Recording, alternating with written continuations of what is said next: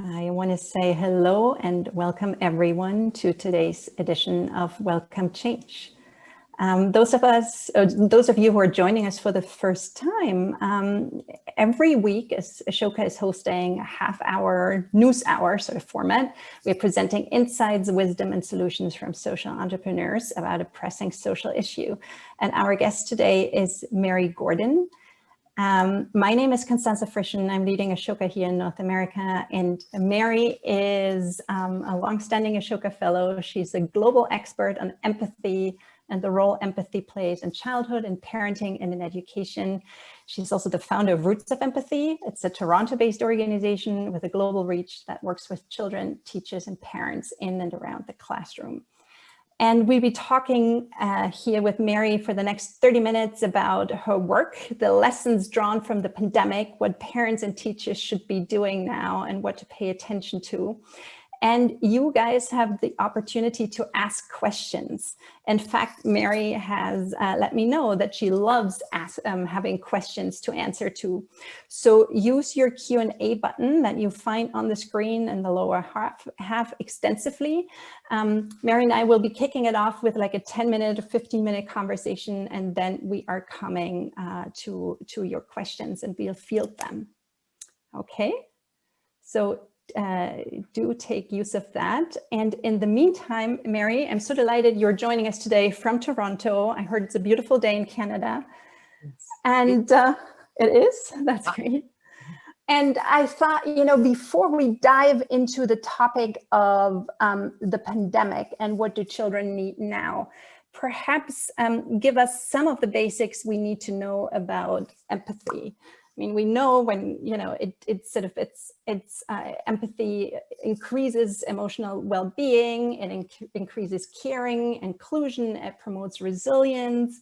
And you say empathy is something that is taught, that is caught, not taught. So give us the spiel here. What is important that we need to know? Hi, Constanza. It's lovely to be with you today, and hello to all the audience. And I really do mean that. I welcome everybody's questions. But this thing I say that empathy is caught, not taught, confounds people. And the reason I say that is that empathy is not something like learning to read. It's not something that can be formally instructed in school. It is something that is constructed in the brain. It is something that is experience-based. It is something that is relational, and it is not really something that is conducive to instruction. So I often say construction. Once you are working with empathy, and it is then possible to do many things to increase the empathy. But there is a critical period for the development of empathy, and that's in the first year of life, in the relationship between the parent and the infant, or the parents and the infant, whoever is the main person. And really, a little baby develops empathy by the way it is responded to. And if there's empathic caring, the baby learns to love. If not, the baby doesn't learn to love. So it's very much something where we are all predisposed to be empathic, but it is only in the caring in that first year of life, in that attachment relationship or relationships, that empathy really can bloom or fade. And then all the way through life, there are opportunities every day to develop empathy, but not through formal instruction. That was going to be my follow-up question. Like let's say first year, unfortunately, that didn't happen. So is the child lost, or are there opportunities later on to catch up? No, the child isn't lost. That's why we have Roots of Empathy. I originally worked a lot with domestic violence and child abuse and neglect. And what I noticed was there was an intergenerational cycle of violence and abusive parenting. And it's because it's very hard to parent if you've been treated harshly and cruelly. I mean, we see that in our residential schools in Canada, where generations of children were ripped from their home and put in residential schools where nobody loved them, and they didn't learn how to be responsive, loving parents. So I think we have amazing opportunities in education, because that's where the children are, to allow them to be exposed to a loving, empathic relationship with a parent and a baby, or with empathic relationships with their teacher who's central to their lives and their learning, many other ways. So no, the game is not over. You just get a head start if you have an empathic sort of parenting experience. And you mentioned the importance of the school setting when you mentioned the baby and the parent that come into the classroom. That is part of your Roots of Empathy programming, that you bring a little baby into the classroom and have children interact with it over time and catch empathy through that. Now, over the last year with the pandemic, all that has been disrupted. And I'm wondering what you have learned from parents and from teachers. What is happening right now? How are children doing? Children are not faring very well. And we've all heard the bad news about depression and anxiety and decreasing levels of mental health. And I think the reason we're seeing that is the landscape of childhood has changed dramatically. Children have not. Children have the same emotional needs they always had. And I mean, one of the things we probably don't talk about much is children's friendships. They are crucial parts of their development. And although many little children have had the advantage of being home with family and spending time together, which is a huge bonus, but if you look at the stresses families have had, it's the odd family that has been able to pay attention to their children when they're also working at home. So I think children have had very uneven experiences. And because we rebooted ourselves and took our little baby on a blanket in a classroom and put that baby on a screen and met children in their classrooms virtually, we did what we always do around the green blanket, which is develop emotional literacy, trying to find the humanity in that little baby. How is the baby feeling? And when is a time you felt like that? We've done that with children. So we have brilliant insight into what children are thinking and feeling and the safe space they had to tell us. So children are very worried. Yes, we know they're stressed, but we've been able to hear explicitly from them what exactly they're worried about. And what have you heard? What are they saying?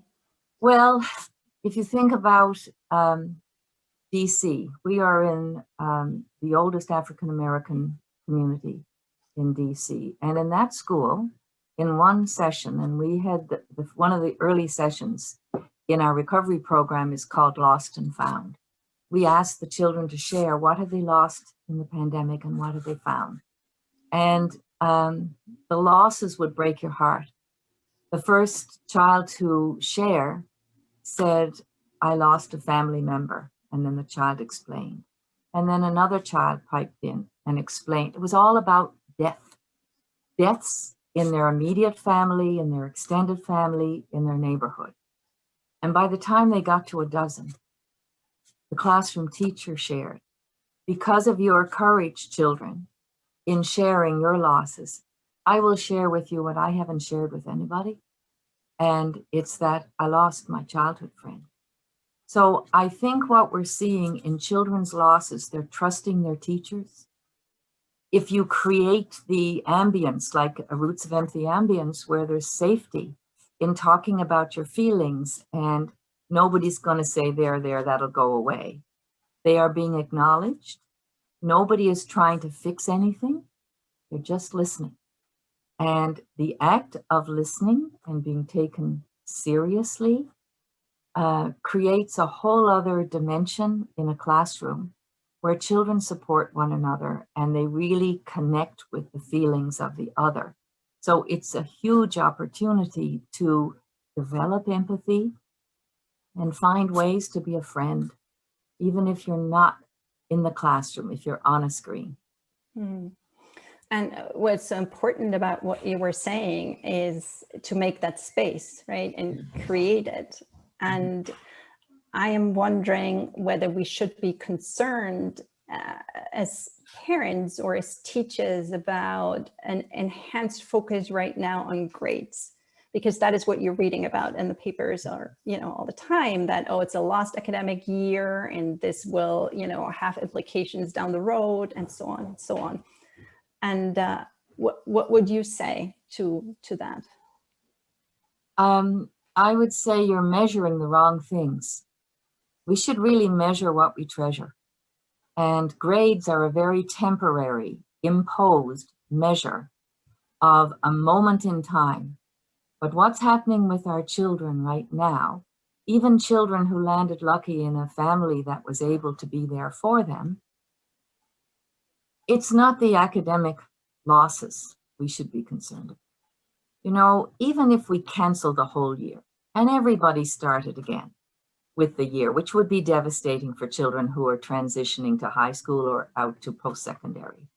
But losing a year academically pales in comparison to losing your mental health, to losing your friends, to losing connection, to feeling completely abandoned and alone. So I think we need to look very closely at what is our opportunity here to bolster the losses that children have experienced. And we know that you can't teach a child until you reach the child. And you will not be able to reach them unless you've recognized their emotional condition. Like, are they worried? Are they anxious? Are they so confused they don't know where to start? Do they have support that they need? So just doing more of what you did before, it's like if you're in a hole, stop digging. The whole point is that how children feel has everything to do with how they learn. And they need to be seen, they need to be heard, they need to be respected, they need to be included, they need to make friends, they need to play. All of these things will enhance their ability to connect again to learning. But there's very little motivation to learning. And I think until we have shared purpose in education, the children understand why they're doing something. The teachers understand why they're doing something. Teachers are driven. Teachers don't wake up and decide, okay, I'm going to drill math the first day they're back. We had brilliant teachers share with us that the first day they had the recovery roots of empathy program. We only use authentic questions, right? The Socratic method. So we asked the children to tell us what happened. That's the name of the whole theme, what happened. And once the children started telling what happened, the teachers realized nobody had asked the children how they felt. They'd been measuring other things, not their feelings, their math score, their literacy level. These things can fly out the window for the moment. They will come back gangbusters once the child is ready to learn. But we know the antecedents to learning are the child wanting to learn, feeling ready to learn, feeling supported in learning. And the relationship with the teacher trumps any instruction. So the teacher is the best tool we've got. So let's not bully the teacher into having to do all kinds of testing. Let's allow the teacher to relate with the children. And why does this seem so hard? You know, I'm just wondering, and I'm wondering also whether there is a difference you're observing from your place-based experiences in Canada, whether the Canadian system is getting that right better, or is do you see any differences between the US and Canada?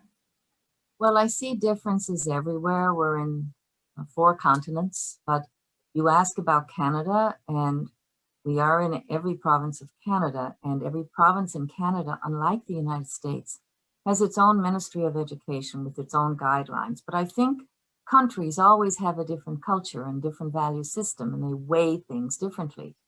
And I would say in Canada, the education system is less pressured to have the children perform academically. There is more of a measured expectation of the well-being of the child, the artistic child, the physical child, the musical child, you know, that there is a sense that the whole child is what education is about, not just the grades, so that it's not academically or It's more than academically driven, I should say, and it's not really all about the economy.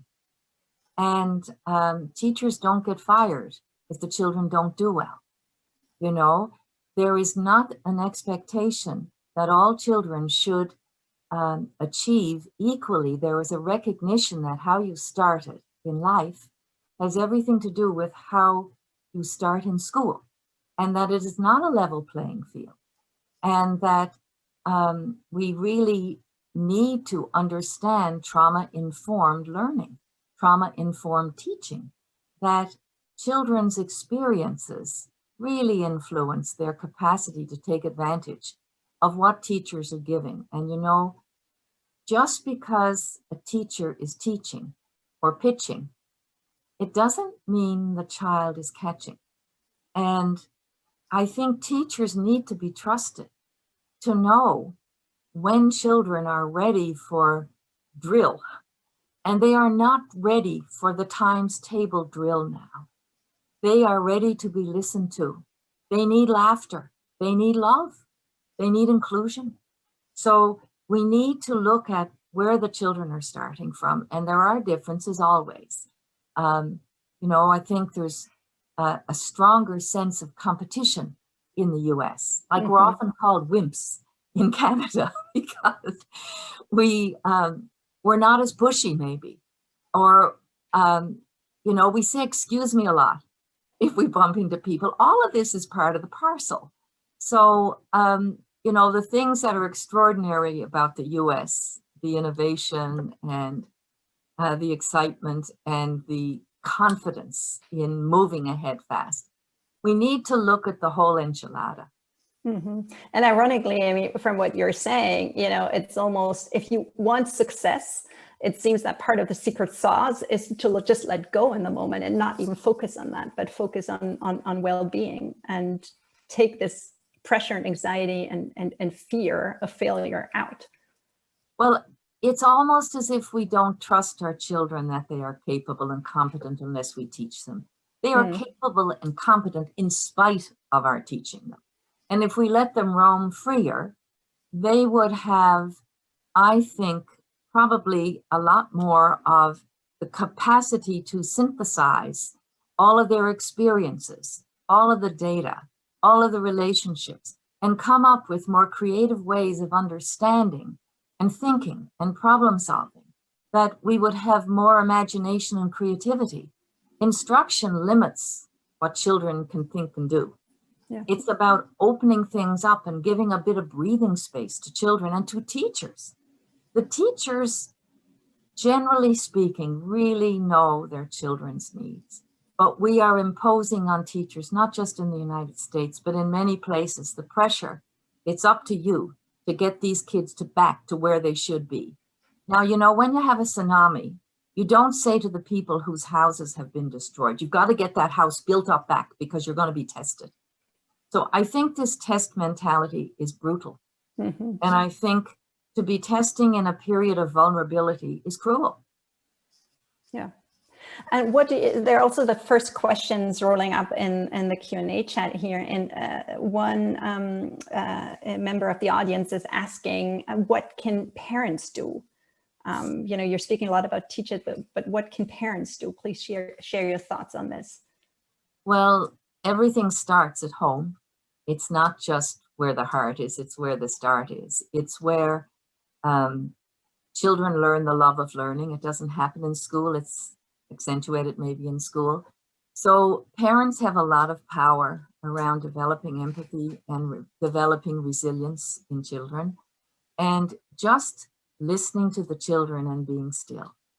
And, you know, every parent says to the children, well, how are things going and how are you feeling? But children often feel that they're being interrogated and they maybe don't know how to start to tell you. So for parents, it's really helpful if they start with sharing themselves, to share with the child your vulnerability. You know, when we share vulnerability, the person with whom we're sharing loves us. It's a very special trust. So if the parent says, I'm having a very frustrating day today, I can't seem to get my act together, I haven't been able to get the report I need to do to work, how's your day going? So children will open up and feel respected if parents trust them with how they're feeling, because it's about how you feel. That's where our connection is in humanity. And if we want to restore our capacity to learn and be joyful and to connect with one another, we have to be able to share how we feel. And parents are the initial teachers of emotional literacy. And they do it initially by reading their baby's cues at 2 days old. But as the child gets older, we need to find ways to engage the child and invite safety and even share the words for your emotions. You know, for a parent to say to a child, I feel so confused about what to do next, what to do first. It gives the child permission to be vulnerable. And I can tell you, we hear back from parents about this. And on that, I would imagine that for parents, it can also be quite stressful because they are usually getting the pressure from the school, you know, like, oh, your son's or daughter's test scores are not where they're supposed to be. Yeah. So what would you advise, you know, how to keep the balance between the school saying one thing and you seeing the needs of your child? Well, the parent is the ultimate judge of the needs of the child, the irreducible needs of the child. So, you know, if the child's reading scores are low, the parent putting on additional pressure and drilling the child will have a negative impact. The parent sharing with the child, you know, your reading scores are lower and I really get that. And we're not going to do the drills and kills. What we're going to do is have some fun reading together. So let's cuddle up and read. What book would you like to read? Because children's attitudes get panicky almost. When they hear that, every child wants to succeed. And I promise you, every child wants to please the teacher. And every child wants to please the parent. But if you're not doing well, the behavior will not indicate that. So children who are disappointed with themselves have various ways of acting out, and they may recoil and they may refuse to do anything, or they may just cry. And I can promise you, parents are telling us that children are dissolving in tears more than ever. They need hugs rather than instruction. They need time in with parents rather than the parent also becoming the teacher. The parents are the natural teachers, they're not instructors. So I think parents have to protect the child maybe and say to the teacher, I know that, but my focus right now is having a happy child at home, and a happy child is ready to learn. So we're going to be going to the park. We're going to be playing a lot of kickball. We're going to be doing a lot of reading. We may even be doing a lot of television watching or video watching. We'll be doing it together, and I'll get you a child who's more ready to learn. That's strong, Mary. There is a question here from the audience. How can parents cultivate empathy in themselves as adults? So I guess it's a very smart question because it presupposes a level of awareness for themselves and before you can grant empathy to others. So what would you say here? Well, I would like to say, number one, be kind to yourself. Everybody criticizes parenting. As a former teacher, let me tell you, I used to hear in the staff room a lot of criticism about parents because maybe the teachers didn't understand. Every parent does their best. And I think we need to remind ourselves as parents, we are doing our best. It's not always the right thing. And we can, talk to other parents and get help with it. But for a parent to have self-empathy, it really is important because the child knows when you understand yourself, it helps you understand your child, connect with their feelings.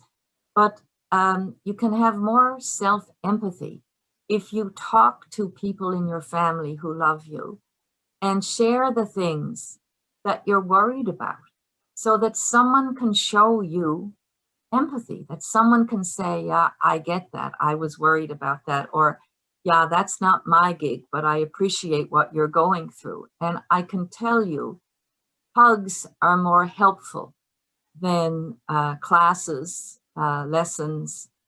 I think we have to really give ourselves a break. Parents have enormous pressure on them. And I think playful times at home are really important. You know, my prescription is popcorn. Popcorn is something that takes no skill to create. It's fun. You can share it together. You can talk about anything over popcorn. So the idea that you can reach one another, because empathy is not a solitary thing. It happens in symbiotic situations. So I really think parents have to give themselves a break, be kind to themselves, and be aware of themselves, because then you'll be more aware of your children. I think parents are taking note. There's a question here in the chat. Is this conversation being recorded? Can we share it with others? Yes is the answer. It is being recorded, and you will receive a link in a while in your inbox, and you will be able to share it with others. So there's one thing that I should add on to the popcorn. Yeah, go ahead. That parents sometimes don't credit themselves with the intrinsic motivation they instill in their children. That parents suggest things that are fun and learning, because everything that's fun for a child is learning. Parents are the first teacher, the lifelong teacher, and an indelible teacher for their children. I'm not talking about 2 times 2 is 4. I'm talking about love plus love means learning. So I think this idea of intrinsic motivation, that children who are loved well look for life, they look for connection.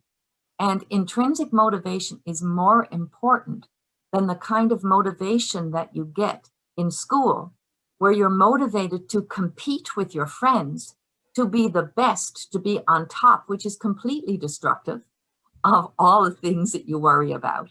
So intrinsic motivation does happen at home. Children don't do things to be the best, the fastest, the first. Children do things for people they love, or for things that are interesting to learn. And parents are brilliant at that. Awesome, Mary. And it ties here. I'm conscious, by the way, we are at time, but let's go a little bit over. What you were just saying has relevance to a question here that is, someone is asking, can you give a bit of insight on how we can help children stop pushing themselves to overachieve? Not necessarily from familiar pressure, but from implicit peer pressure and societal pressure.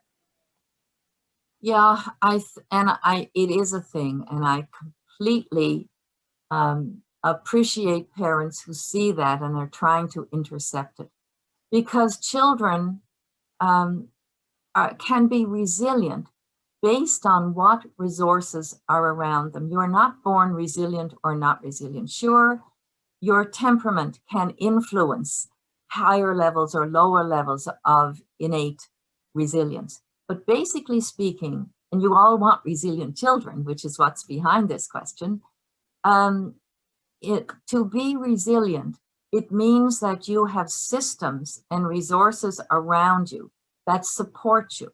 And the number one resource is parents.